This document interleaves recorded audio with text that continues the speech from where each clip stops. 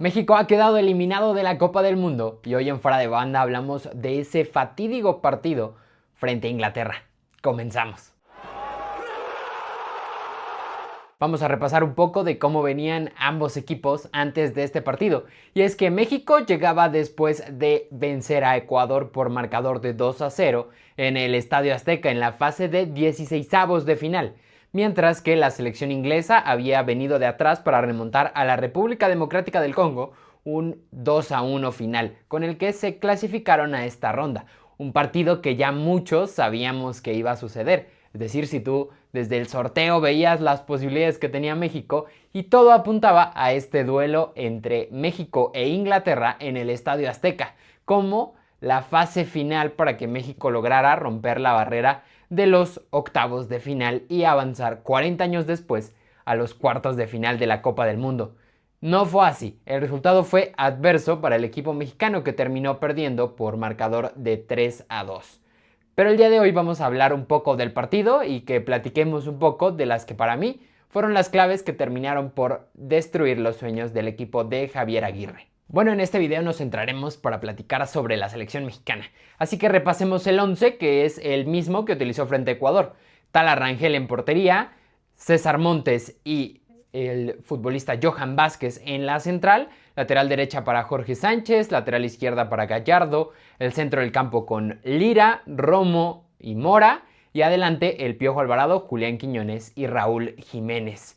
Y yo quiero hablar sobre todo de lo que para mí fue la clave del partido. Después hablaremos de los cambios, las decisiones de Javier Aguirre, el rendimiento de algunos futbolistas, pero para mí hay una situación que terminó por eliminar a México, y es el control de las emociones. Nuevamente el equipo mexicano muestra la fragilidad a la hora de afrontar ciertas situaciones en el partido, y lo vimos desde el primer gol de Jude Bellingham.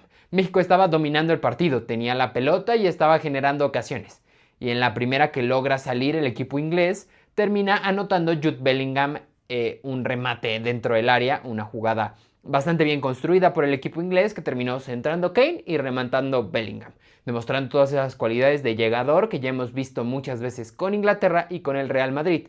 Pero ahí no está el problema, esa situación podía pasar. México tenía claro que Inglaterra te puede marcar un gol, no eres la mejor defensa del mundo. Entonces creo que el verdadero problema llegó en la siguiente jugada. México no reacciona, el estadio no logra empujarlo lo suficiente como para que los 11 jugadores piensen que pueden hacerlo desde el primer momento en el que les anotan el gol. México entra en shock y Bellingham anota el segundo. Sí, después de una pérdida en medio campo de México, pero sobre todo creo que todo el equipo entró en shock y nadie pudo sacarlo lo suficientemente rápido como para que reaccionaran. Y me refiero a que no hubo un líder en la cancha, ni desde afuera lograron sacar al equipo de ese trance. Nadie tuvo la pelota, nadie retuvo, nadie bajó a algún jugador inglés con una falta, y el equipo mexicano terminó en shock y recibiendo el segundo en cuestión de 2 minutos. Y después, en el segundo tiempo, vivimos otra vez lo mismo. Y no creo que sea por situaciones negativas. México no supo reaccionar tampoco a las buenas noticias que tuvo durante el partido. La expulsión de Cuanza en el segundo tiempo es una gran noticia para México, que necesitaba remontar el partido. Ya lo perdía por el marcador de 2-1.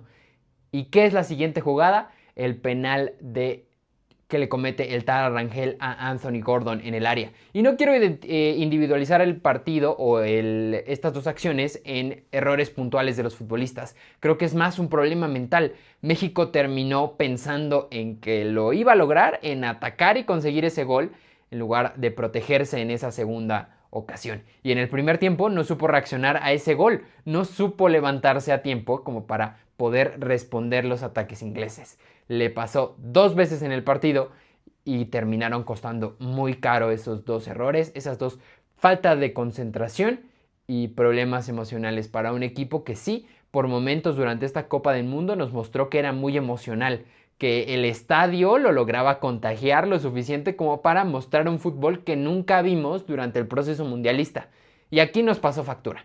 El equipo emocional terminó por venirse abajo en 2 momentos puntuales que le terminaron costando la eliminación a nuestro país. Y bueno, ahora sí, si quieren, hablamos de una de las cosas que más se están cuestionando sobre el rendimiento de los futbolistas y las decisiones de Javier Aguirre. Empezando por el técnico, los cuestionamientos llegan desde el primer momento. César Montes tuvo una molestia antes del partido y durante los calentamientos.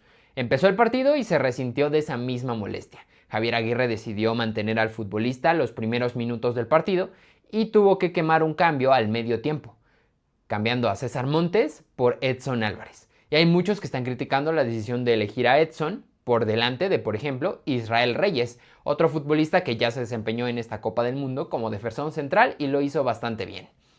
La decisión, creo, termina respetando la jerarquía que tiene dentro del vestuario Edson Álvarez, además de que Edson tiene, en teoría, un mejor juego aéreo que Israel Reyes, que sí, Edson se termina equivocando en la jugada del penal, fildea mal un balón que termina cayendo en Anthony Gordon y el Tala Rangel hace su salida de la portería y termina cometiendo la falta.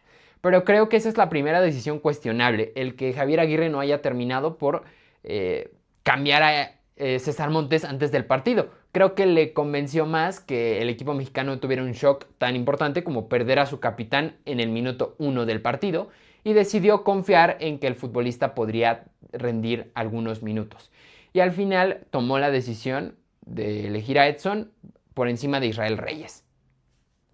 La segunda decisión que podemos platicar es los cambios que hizo durante el partido. Después de la expulsión de Cuanza terminan entrando dos futbolistas. Es la entrada de Santi Jiménez y Brian Gutiérrez por Mora y Luis Romo. Termina por romper el centro del campo de 3 que tanto le había funcionado y meter otro 9 porque buscaba empatar el partido.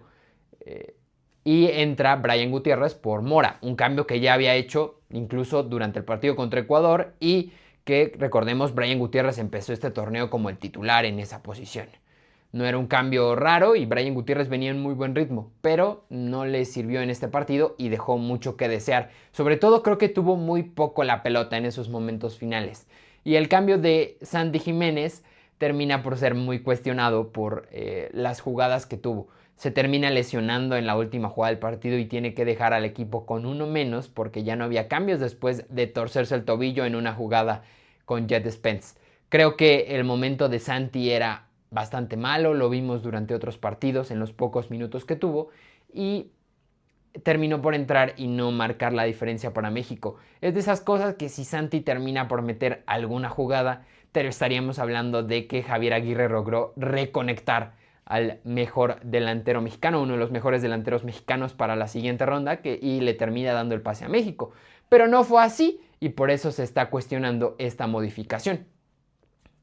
Creo que fueron cambios para ser muy ofensivo, terminar con 2 nueves y solamente 2 futbolistas en el centro del campo. Y creo que era lógico, ¿no? Era lo que prácticamente cualquiera haría y tal vez es por ahí por donde podemos cuestionar. Son los cambios que cualquier persona haría o que cualquiera en el momento en el que ve pararse a Santi y a Brian sabe que va a sacar a Mora y va a intentar meter otro 9 por adelante para acompañar a Raúl Jiménez. Creo que esas son las cuestiones que podríamos cuestionar. Y después termina haciendo el cambio de Fidalgo por Jorge Sánchez, cuando ya estás volcado al frente totalmente, prescinde de un lateral derecho y mete a otro mediocampista para crear juego, que terminó también viéndose muy mal porque estaba muy solo en el centro del campo, no tenía con quién pasar la pelota. Y después saca a Quiñones y mete a Guillermo Martínez.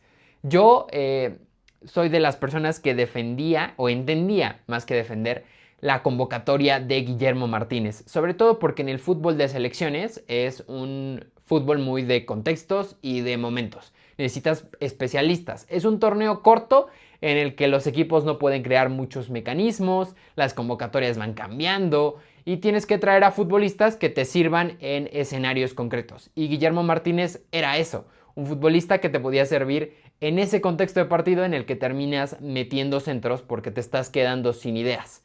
Pero creo que las ideas fueron tan pocas que terminó por no servir ese cambio. Te enfrentabas una línea de 5 con Dan Burn, John Stones y Mark Gehi. Y terminas metiendo a 3 nueves como Raúl Jiménez, Santi Jiménez y Guillermo Martínez. Pero la pelota nunca llegó al área y ese fue el problema de México.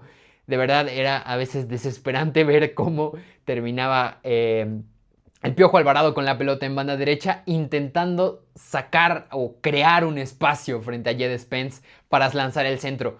Más sabiendo que Jed Spence sabe que lo único que va a hacer el equipo mexicano es centrar el balón al área. Te vuelves un equipo muy predecible en los últimos 20, incluso 30 minutos del partido, y eso termina por condenar a la selección mexicana.